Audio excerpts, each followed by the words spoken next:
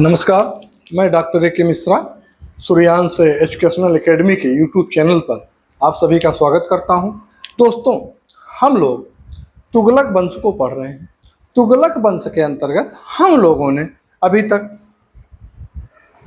गियासुद्दीन, फिरोज तुगलक को, मोहम्मद बिन तुगलक को, फिर फिरोज शाह तुगलक को पढ़ा। ठीक है, फिरोज शाह तुगलक को जब हम लोगों ने पढ़ा तो उसमें हम लोगों ने देखा कि फिरोज शाह तुगलक गैर हिंदुओं पर गैर हिंदुओं पर क्या करता है, कर लगाता है। ठीक है, कौन सा कर, जिसे क्या कहा गया, हिंदुओं को जिम्मी। उसने हिंदुओं को क्या कहा, जिम्मी कहा। और आप देखेंगे उसमें, और वो क्या करता है, जजिया कर वसूल करता है, जिसमें ब्राह्मणों को भी शामिल कर लेता है। अनेक मंदिरों को नष्ट करता है, मंदिरों के मरम्मत पर पाबंदी लगा देता है।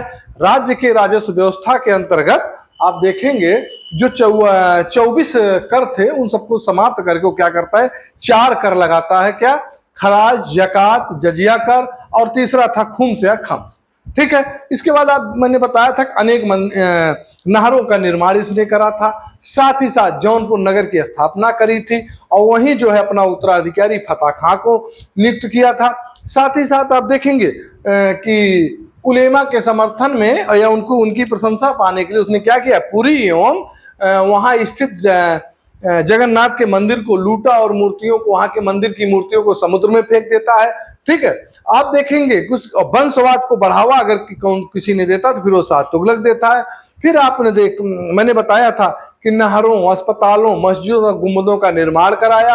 अशोक स्तंभों को उखाड़कर कहां ले गया, अशोक स्तंभ को उखाड़कर दिल्ली ले गया। फिर वो अपनी राजधानी फिरोजाबाद में उसने स्थापित कर दिया। सबसे ज्यादा एक नए विभाग की स्थापना क्या करता है, दीवान बंदगान, जिसके अंतर्गत दासों की नियुक्ति होती है और इसके यहाँ 1,80,000 दास उस समय थे। ठीक है, और दीवान खैरात नामक एक दान विभाग की स्थापना करी थी। निःशुल्क चिकित्सा की व्यवस्था कराया था। खैराती अस्पताल जिसे दारुल सफा कहा जाता था। मैरिज ब्यूरो का निर्माण, लोक निर्माण विभाग, ठीक है, रोजगार कार्यालय, इन तमाम जो है अच्छे कार्य जो है कौन करता है, फिरोज शाह तुगलक करता है। ठीक है, और उसकी मृत्यु जो है 1388 ईस्वी में हो जाती है। ठीक है, और ऐसा माना जाता है कि इसके बाद जो है तुगलक वंश समाप्त सा माना जाता है, क्योंकि इसके बाद सारे शासक जितने थे अयोग्य थे। तो आज हम लोग उसी में से एक शासक को पढ़ेंगे, इसको गियासुद्दीन तुगलक शाह। गियासुद्दीन तुगलक शाह को हम लोग पढ़ेंगे। ठीक है,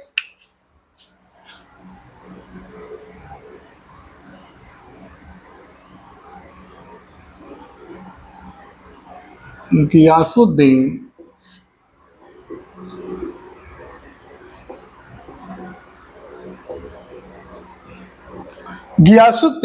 तुगलक शाह सेकंड 1388 ईस्वी से 1389 ईस्वी तक। ठीक है, हम गियासुद्दीन तुगलक शाह को पढ़ेंगे। फिरोज शाह की मृत्यु के पश्चात गियासुद्दीन तुगलक शाह सेकंड के नाम से 1388 ईस्वी में गद्दी पर बैठा। कौन बैठा, गियासुद्दीन। गियासुद्दीन जो था वो गियासुद्दीन तुगलक शाह के नाम से फिरोज शाह तुगलक की मृत्यु के बाद गद्दी पर 1388 ईस्वी में बैठता है। और आप देखेंगे कि जो तुगलक शाह है, तुगलक शाह जो है एक दुर्बल और अयोग्य शासक है। ठीक है, तुगलक शाह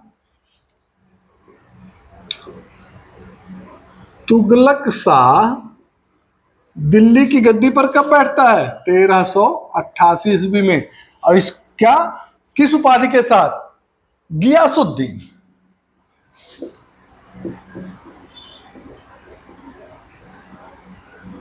गियासुद्दीन आगे जोड़ के गियासुद्दीन तुगलक शाह सेकंड के नाम से गद्दी पर बैठता है।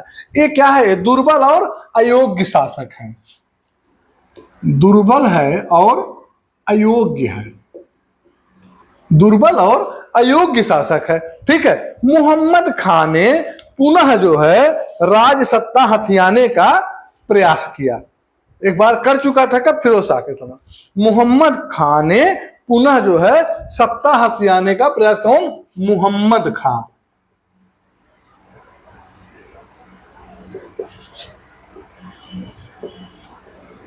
मोहम्मद खां सत्ता हथियाने का प्रयास करता है, परंतु क्या होता है? पराजित होकर वो भाग खड़ा होता है। इसी समय जफर खां के पुत्र अबू बकर ने भी, कौन? जफर खां का पुत्र, जफर खां का पुत्र कौन है? अबू बकर। अबू बकर भी क्या करता है? गद्दी जो है हथियाने का प्रयास करता है। आप देखेंगे उसने अपने सहयोगियों के साथ, कौन? अबू बकर ने अपने सहयोगियों के साथ, अपने सहयोगियों के साथ क्या करता है? फरवरी 1389 में, कब? फरवरी 1389 ईस्वी में क्या करता है? राजमहल पर आक्रमण करके, राजमहल पर आक्रमण करके तुगलक शाह की हत्या कर दी एवं स्वयं क्या है? शासक बनकर बैठ गया, शासन बन करने लगा। कब? 1389। ठीक है, अब हम पढ़ेंगे किसको? अबू बकर को। अबू बकर, अबू बकर का जो शासन काल है ये 1389 से 1390 ईस्वी। ठीक है, आप देखेंगे कि जो अबू बकर है फरवरी 1389 ईस्वी में क्या करता है? सुल्तान बन बैठा, परंतु वह भी 1 वर्ष से अधिक गद्दी पर नहीं बैठ सका। क्यों? क्योंकि उसका जो सारा समय था कहां था? राजनैतिक षड्यंत्रों एवं कुचक्रों को दबाने में व्यतीत हो गया। क्या? षड्यंत्र एवं कुचक्र, राजनीतिक षड्यंत्र एवं कुचक्र को दबाने में इसका सारा समय बीत जाता है। मोहम्मद खां, जो मोहम्मद शाह की निगाहें अब भी कहां थी? दिल्ली पर लगी हुई थी। मोहम्मद शाह की निगाहें या मोहम्मद खां की निगाहें कहां लगी थी? दिल्ली पर अब भी लगी हुई थी। जबकि एक बार इसको गियासुद्दीन तुगलक शाह एक बार इसको हरा चुका है। इसके बाद भी वो क्या करता है? दिल्ली पे निगाह जमाए हुए। उसने अपने आप को क्या करा? कौन? मोहम्मद शाह या मोहम्मद खां, मोहम्मद शाह, मोहम्मद शाह या इन्हीं को हम कहते हैं मोहम्मद खां। ये क्या करता है? ये जो है अपने आप को कहां?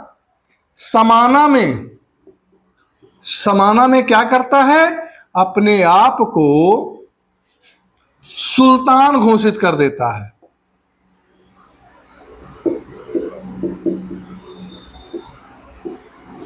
सुल्तान घोषित कर लेता है। और आप देखेंगे इसकी सहायता मुल्तान, शबाना, लाहौर, हिसार और हांसी के जो अक्तादार थे वो लोग कर रहे थे। ठीक है, और आप देखेंगे किसके जो सहयोगी हैं, इसके सहयोग से किसके? इन लोगों के जो वहां के अक्तादार थे, कहां के? मुल्तान के हैं, शबाना के हैं, लाहौर के हैं, हिसार के हैं, हांसी के हैं। यहाँ के जो अक्तादार हैं वो क्या कर रहे हैं? वो सहयोग दे रहे हैं। किसको दे रहे हैं? मोहम्मद शाह या मोहम्मद खां को। ठीक है, इन्हीं के सहयोग से अपने आप को शबाना में क्या करता है? शबाना में अपने आप को सुल्तान घोषित करता है। और इन सबके सहयोग से क्या करता है? दिल्ली पर आक्रमण की योजना बनाता है। ठीक है, दिल्ली पर आक्रमण की योजना बनाता है। और आप देखेंगे कि मोहम्मद शाह जो है दिल्ली का, मोहम्मद शाह से जब योजना बनता है और आक्रमण की बात आती है तो जो दिल्ली का कोतवाल है वो क्या करा, दिल्ली का कोतवाल भी इनसे मिल गया। किससे? मोहम्मद खां या मोहम्मद शाह से। दिल्ली का कोतवाल भी जो है किससे मिलता है, मोहम्मद शाह से मिल जाता है। और आप देखेंगे कि 1389 ईस्वी में 1390 ईस्वी, हाँ 1390 ईस्वी में अबू बकर को दिल्ली की गद्दी से उतारकर मोहम्मद शाह स्वयं सुल्तान बन जाता है। मोहम्मद शाह स्वयं सुल्तान बन जाता है 1390 में। ठीक है, अब आप देखेंगे मोहम्मद शाह को, मोहम्मद शाह या मोहम्मद खां, इनका जो कार्यकाल है 1390 ईस्वी से 1394 ईस्वी तक, 1390 से 1394 ईस्वी तक।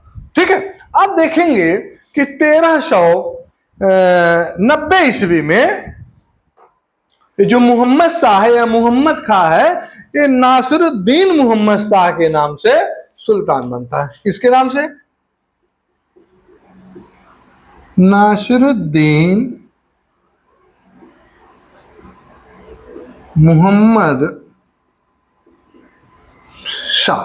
नासिरुद्दीन मोहम्मद शाह अब सुल्तान बन जाता है 1390 ईस्वी में। आप देखेंगे कि उसकी स्थिति जो है, जैसे और थे कौन, गियासुद्दीन तुगलक शाह, अबू बकर, मोहम्मद खां की स्थिति भी इन्हीं लोगों की तरह थी, इनसे अच्छी नहीं थी। प्रारंभ में उसने अपनी शक्ति स्थापित करने का प्रयास किया, लेकिन राजनीतिक षड्यंत्रों का पर नियंत्रण जो है कायम किया, प्रयास किया और राजनीतिक षड्यंत्रों पर नियंत्रण भी कायम करा। उसने क्या करा, जफर खां को, उसने नासिरुद्दीन मोहम्मद शाह जफर खां को कहां भेजता है, गुजरात भेजकर जफर खां को गुजरात भेजकर वहां जो विद्रोह होता है वहां पर उसको नियंत्रण स्थापित किया।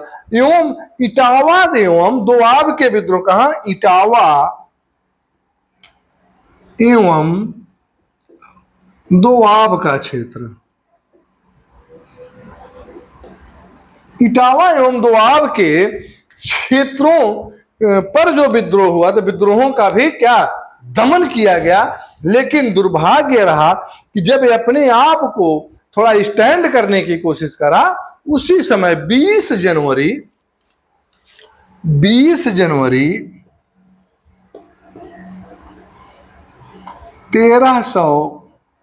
1394 ईस्वी में क्या होता है, इसकी मृत्यु हो जाती है।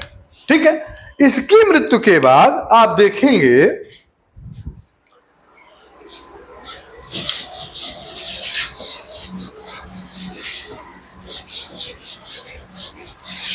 इस समय फिरोज शाह तुगलक के बाद जितने भी शासक तुगलक वंश के हुए सब क्या थे, अयोग्य शासक एवं निर्बल शासक थे। ठीक है, मोहम्मद शाह, नासिरुद्दीन मोहम्मद शाह के बाद दिल्ली का जो सुल्तान बनता है, या ऐसा कह सकता है तुगलक वंश का जो दिल्ली पर शासन करने वाला व्यक्ति था, उसका नाम क्या था, अलाउद्दीन सिकंदर शाह। क्या, अलाउद्दीन सिकंदर शाह। अलाउद्दीन सिकंदर शाह जो है बहुत थोड़े समय के लिए 1394 ईस्वी में शासक बनता है और इसी समय क्या होता है, इसको हटा दिया जाता है। ठीक है, अब देखेंगे कि जब मोहम्मद शाह की मृत्यु होता है तो उसका पुत्र ये जो अलाउद्दीन सिकंदर शाह है, कौन है? ये मोहम्मद शाह का पुत्र है। इसका नाम क्या है? हुमायूं खां। ठीक है, इसका नाम है हुमायूं खां। अलाउद्दीन, इसका नाम है हुमायूं खां। हुमायूं खां जो है मोहम्मद शाह नासिरुद्दीन मोहम्मद शाह का जो पुत्र है हुमायूं खां, वह जो है अलाउद्दीन सिकंदर शाह, अलाउद्दीन सिकंदर शाह की क्या करता है? उपाधि धारण करता है। उपाधि धारण करके क्या करता है? दिल्ली की गद्दी पर 22 जनवरी, दिल्ली की गद्दी पर 22 जनवरी 1394 ईस्वी में बैठता है। उसका जो है अल्प शासन काल क्या था? उपद्रवों से भरा हुआ था। इतना ज्यादा उपद्रव था कि यह जो है इसी में परेशान था। सिकंदर शाह केवल 1 माह 16 दिन, 1 माह 16 दिन, 1 माह 16 दिन ही क्या करा? शासन किया। और इसकी मृत्यु जो हो रही है, कब हो रही है? 7 मार्च। मृत्यु जो है 7 मार्च 1394 ईस्वी को हो जाती है। ठीक है, तो ये भी एक क्वेश्चन पूछा जाता है परीक्षा में कि तुगलक वंश का वह कौन सा शासक है जो सबसे कम दिनों तक शासन किया? तो कौन है? अलाउद्दीन सिकंदर शाह। इसका नाम क्या है? हुमायूं खां। ये कौन है? नासिरुद्दीन मोहम्मद शाह का पुत्र है। ठीक है, इसके बाद, इसकी मृत्यु के बाद जो है कौन? नासिरुद्दीन नुसरत शाह। नासिरुद्दीन या नासिरुद्दीन कौन? नासिरुद्दीन नुसरत शाह, नुसरत खां। ये कौन है? नासिरुद्दीन नुसरत खां कौन है? नासिरुद्दीन नुसरत खां वही है जिसे फिरोज शाह तुगलक ने जौनपुर की स्थापना करने के बाद जौनपुर में अपना उत्तराधिकारी नियुक्त किया था। वही है नुसरत खां, जिसका नाम है फतेह खां। इसका नाम है फतेह खां, और इसका नाम फतेह खां है। ये नासिरुद्दीन नुसरत शाह ने फिरोजाबाद में स्वयं को सुल्तान घोषित कर क्या करता है? दिल्ली पर आक्रमण की योजना बनाने लगता है तथा अपनी शासन शक्ति को पुनर्गठित करता है। उसने क्या करा? उसने एक तातार खां है। कौन है? तातार खां। तातार खां, इनको क्या करता है? इनको वजीर नियुक्त करता है। तातार खां को वजीर नियुक्त करता है। तो और इस प्रकार तुगलक वंश क्या हुआ? 2 स्वतंत्र शासक, तुगलक वंश के लास्ट में 2 स्वतंत्र शासक हो गए। कौन कौन? 2 स्वतंत्र शासक। अब 2 स्वतंत्र शासक कौन कौन है? पहला आप देखेंगे नासिरुद्दीन नुसरत शाह। नासिरुद्दीन नुसरत शाह। यह कहां का होता है? यह होता है फिरोजाबाद का शासक। कहां का होता है? यह जो है फिरोजाबाद, यह फिरोजाबाद का शासक होता है। तो वहीं जो दूसरा है वह नसीरुद्दीन महमूद शाह। दूसरा जो है नासिरुद्दीन महमूद शाह। नासिरुद्दीन महमूद शाह कहां का? दिल्ली का शासक होता है। अब इस समय दिल्ली सल्तनत जो है 2 भागों में बंट जाता है। 2 शासक जो है शासन सत्ता अपने को स्वतंत्र शासन घोषित करके शासन सत्ता चलाने लगते हैं। 11 दिसंबर आप देखेंगे कि 11 दिसंबर, पहले तो मैं इनका शासनकाल लिख दूं, देखिए यहां मैंने नहीं लिखा, 1394 से 1398 ईस्वी। ठीक है। अब आप देखेंगे कि जब ये बट जाते हैं तो 11 दिसंबर 11 दिसंबर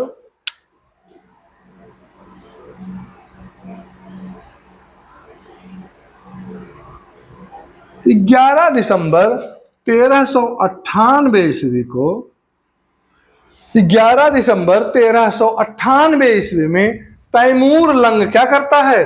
तैमूर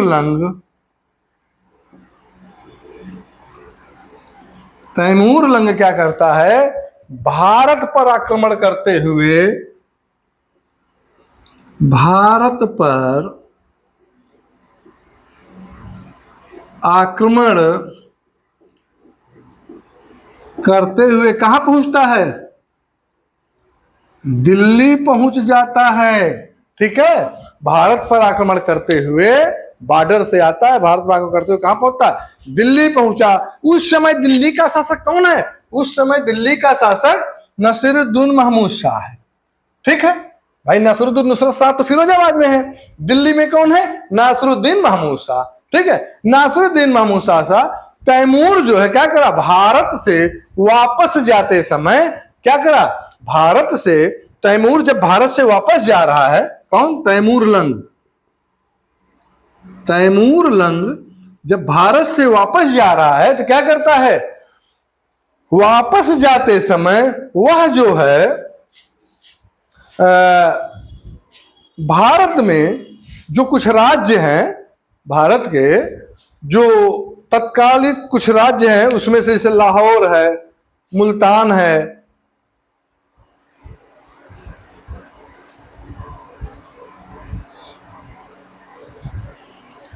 लाहौर, मुल्तान, दीपालपुर का सूबेदार तैमूर खां लाहौर, मुल्तान एवं कहां का? दीपालपुर का सूबेदार। सूबेदार किसे नियुक्त करता है? खिज्र खां को। यहां से दिल्ली पर आक्रमण लूट के दिल्ली पर आक्रमण करता है, दिल्ली पहुंच जाता है, लेकिन जाते जाते क्या करता है? लाहौर, मुल्तान एवं दीपालपुर के सूबेदार को क्या? खिज्र खां को नियुक्त कर देता है। ठीक है। किसको? खिज्र खां को नियुक्त कर देता है। इसके बाद आप देखेंगे कि खिज्र खां को नियुक्त करने के बाद वह चला जाता है। ठीक है। अब यहां ये समाप्त होता है। इसके बाद आप देखेंगे, इसके बाद एक शासक जो 9वां है, वह जो है सिकंदर शाह की मृत्यु के बाद जो है उसका छोटा भाई कौन है? नासिरुद्दीन महमूद शाह। नासिरुद्दीन महमूद शाह जो है, यह जो है 1300, नासिरुद्दीन महमूद शाह जो दिल्ली पर था, फिर क्या करता है कि 1394 में, देखिए नासिरुद्दीन नुसरत का, यहां थोड़ा कंफर्म हो लीजिएगा नहीं तो आप लोग यहीं गड़बड़ी करेंगे। नासिरुद्दीन नुसरत खां जो है, ये फतेह खां है, ये 1394 में गद्दी पर बैठता है, 1398 तक ही रहता है। लेकिन नासिरुद्दीन महमूद शाह यह 1394 में तो गद्दी पर बैठता है। ठीक है, ध्यान दीजिएगा, यह जो है 1394 ईस्वी में गद्दी पर बैठता, लेकिन कब तक रहता है? 1413 ईस्वी तक। 1413 ईस्वी तक। ठीक है, रहता है। आप देखेंगे कि सिकंदर शाह की मृत्यु के बाद जो इसका छोटा भाई नासिरुद्दीन महमूद शाह तुगलक वंश का क्या है? अंतिम शासक। मार्च कब? मार्च 1394 ईस्वी में, जब हुमायूं खां अलाउद्दीन सिकंदर शाह के नाम से जो बैठता है, मार्च 1394 में उसकी मृत्यु होती है। तो मार्च 1394 में उसका पुत्र जो क्या करता, दिल्ली के गद्दी पर बैठता है और वो अंतिम जो है तुगलक वंश का अंतिम शासक होता है। उसके समय में आप देखेंगे कि सल्तनत की स्थिति जो है और अधिक बिगड़ जाती है। लगातार विद्रोह एवं षड्यंत्र होने लगता है। महमूद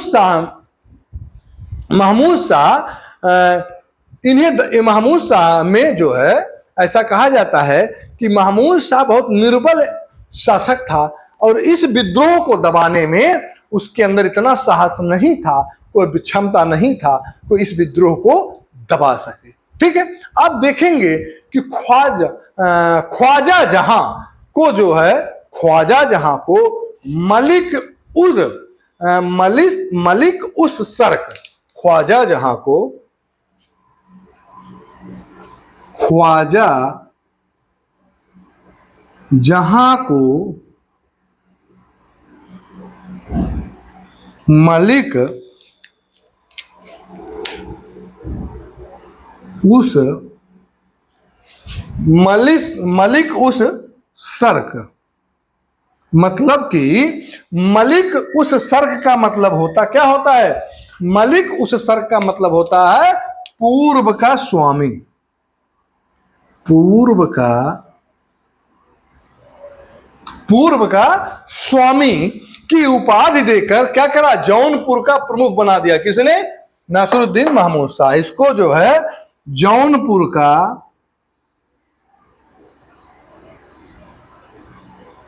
प्रमुख बना देता है। ठीक है, अब आप देखेंगे कि उसने जौनपुर में क्या करा? उसने कौन? ख्वाजा जहां, जिसे मलिक उस सर्क की उपाधि देकर, पूर्व का स्वामी की उपाधि देकर जौनपुर का प्रमुख बना देता है। और वो क्या करता है? उसने जौनपुर में स्वतंत्र सरकी राज्य की स्थापना करता है। किसका? स्वतंत्र सरकी राज्य की स्थापना करता है। ठीक है, और आप देखेंगे आगे कि जब वो स्थापना करता है, इसके बाद और जो छोटे छोटे राज्य हैं जैसे गुजरात, मालवा, खानदेश, गुजरात, मालवा, खानदेश, ये तीनों भी क्या करते हैं? स्वतंत्र राज्य की स्थापना यहां भी हो जाती है। ठीक है, अब आप देखेंगे क्योंकि दीपालपुर का जो सूबेदार है कौन है? सारंग खां। अब दीपालपुर का सूबेदार जो खिज्र खां था, यहां सारंग खां ने क्या करा? समस्त पश्चिमोत्तर सीमा को अपने कब्जे में कर लिया। समस्त पश्चिमोत्तर सीमा किसके कब्जे में आ जाती है? सारंग खां के कब्जे में आ जाती है। अब जो शहंशाह है, या ऐसा कहा जाता है जो सुल्तान है, सुल्तान की सल्तनत दिल्ली से कहां तक? पालम तक ही सीमित हो जाती है। दिल्ली से पालम के ही बीच में इनकी सल्तनत सीमित हो जाती है। और इनकी मृत्यु किसकी? नासिरुद्दीन महमूद शाह की मृत्यु जो है 1413 ईस्वी में कैथल, कहां? 1413 ईस्वी में कैथल कहां है? हरियाणा। कैथल हरियाणा में मृत्यु हो जाती है। और आप देखेंगे कि 1414 ईस्वी में सैयद वंश की स्थापना दिल्ली में हो जाती है। ठीक है, तो अब यही सबसे, देखिए 2-3 क्वेश्चन यहां से बहुत इंपॉर्टेंट है, इसको आप जानते रहिएगा। जैसे सबसे कम समय तक, इसमें जो ये चारों पांचों बने हैं फिरोज शाह तुगलक के बाद से, सबसे कम समय तक शासन करने वाला व्यक्ति कौन है? मैंने बताया था, सबसे कम समय तक शासन करने वाला अलाउद्दीन सिकंदर शाह, जो हुमायूं खां था। हुमायूं खां अलाउद्दीन सिकंदर शाह के नाम से यह उपाधि से दिल्ली की गद्दी पर बैठा था। और वह क्या? 1 माह 16 दिन तक ही। ठीक है, और यह भी पूछा जा सकता है कि सबसे तुगलक वंश का सबसे अंतिम शासक कौन था? तो नासिरुद्दीन महमूद शाह था। ठीक है, ये भी पूछा जा सकता है कि जौनपुर का प्रमुख कौन था जिसने स्वतंत्र सरकी राज्य की स्थापना करी, तो कौन था? ख्वाजा जहां को मलिक उस सर्क की उपाधि, पूरब का स्वामी की उपाधि देकर क्या करता है? जौनपुर का प्रमुख बना देता है। और यही जो है ख्वाजा जहां जौनपुर में स्वतंत्र सरकी राज्य की स्थापना कर लेता है। और 1413 ईस्वी में इसकी मृत्यु हो जाती है। ठीक है, और सैयद वंश की, दिल्ली में सैयद वंशों का राज हो जाता है, सैयद वंश की स्थापना हो जाती है। तो बस आज इतना ही। बस आप लोगों से निवेदन है कि मेरे इस वीडियो को अधिक से अधिक शेयर करिए, सब्सक्राइब करिए, लाइक करिए, लोगों तक पहुंचाइए। साथ ही साथ अगर कहीं कोई कमियां हैं, मेरे कंटेंट में कहीं भी कोई कमियां आप लोगों को दिख रही है, तो उसको भी कमेंट बॉक्स में बताने की कृपा करें, जिससे कि मैं उसमें सुधार कर सकूं और अच्छे कंटेंट आपके पास पहुंचा सकूं। इन्हीं शब्दों के साथ बहुत बहुत धन्यवाद। नमस्कार।